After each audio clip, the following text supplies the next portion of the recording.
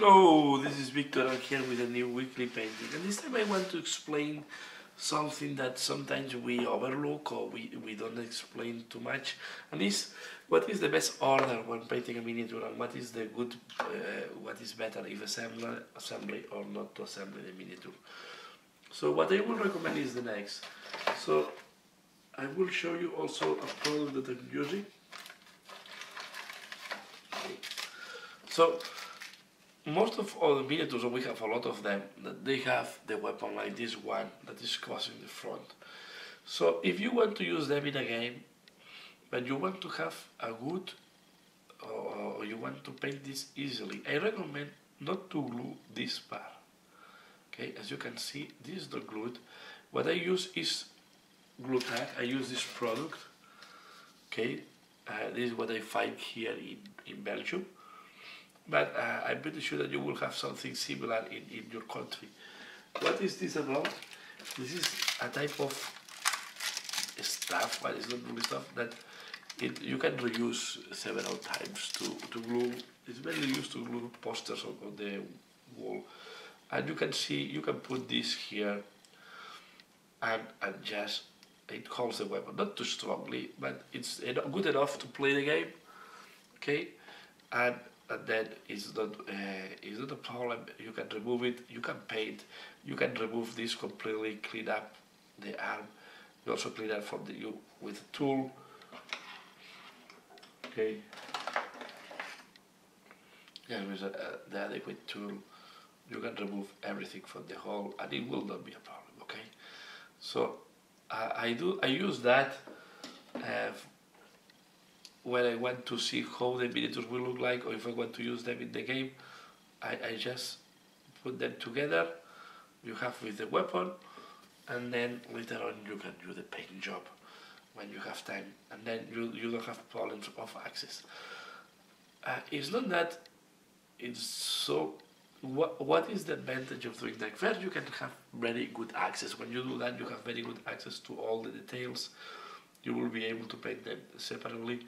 But it's not only to have access to the details that is important. Let me put it on right. It's also very important because it's faster to paint like that. Because the access with the brush makes you faster. When you have the weapon crossing like that, you want to paint the armor here, but to have access with your brush, you start trying to put there. If you remove the arm, and this was not very well attached, to be fair. No, I can access the middle part without any issue. Okay, I can do the washes. I will not dirty the weapon. When you have everything together, you start dirtying things. So these are the buys, and you see this miniature. Even you can have the arm hold it. There. The other thing I'm doing is I'm using glue tack to put them in the bases. The reason is because I will use the bases you have seen in previous tutorials. Sorry. So then when you start painting, I recommend to start from the middle and going out. Okay. So I don't have here an example now that I'm painting, but normally it's better to start from here, go out, and try to go for the deeper recesses when it's more difficult access. Because then if you're dirtying something that is more exterior, it's not a problem. Okay. So, for example, if I'm painting this miniature, the best way to start is to doing the armor, and then doing this arm. So you have this part, and then you can start doing these details.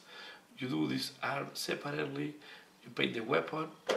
You have to paint this part here before attaching. You can attach once you have all this done. Also the tabard. The tabard, and all these things, is better to do it before the trousers. You glue this here, and then you can finalize the details.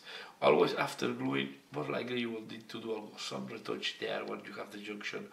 But I always recommend, if you have miniatures that have the weapon crossing in front of the body, use a little bit of this type of, we call it, here it's called multi-fix or half. So it's reusable, removable. This from Prit, Henkel. Okay, but you can find the same type of stuff everywhere. and this is something that is like, yeah, something that is bluish and is used to put posters on the walls normally. So highly recommended. It will make your life much easier, and it's not only to be able to reach detail and do super nice painting, it's also making you to be faster in your paint job. I really recommend that. Of course, if you have something like this guy that have the hands open, here is not an issue, okay? Here you can put everything together. But even in that case, I start doing first the armor, then I do the trousers. You see, the trousers are deeper than these things. Once the trousers are done, then you do this part. So start from what is deeper in the miniature to the more exterior part, finalizing with the details. And normally I like to start from the middle here, going down to the feet, and then taking out. And really here you want to do first the armor, these minor things. And then this is one of the last things, because you want to do first the trousers well done, and you want to have good reach well the trousers. Okay, so this is just what I want to share here. You see, once it's painted, you can have access to everywhere, and you don't have any issue. Okay, so this is the heavy weapon of the team. Now it's painted. I can, you see, I did not glue. I did not did this part. Now I can do this part here after gluing, but before gluing, I did all the armor. Okay. On the Space Marines, I do the same. I leave the backpack for the last things, and most of the cases, Space Marines have the bolter cross in the front. Also, don't glue that.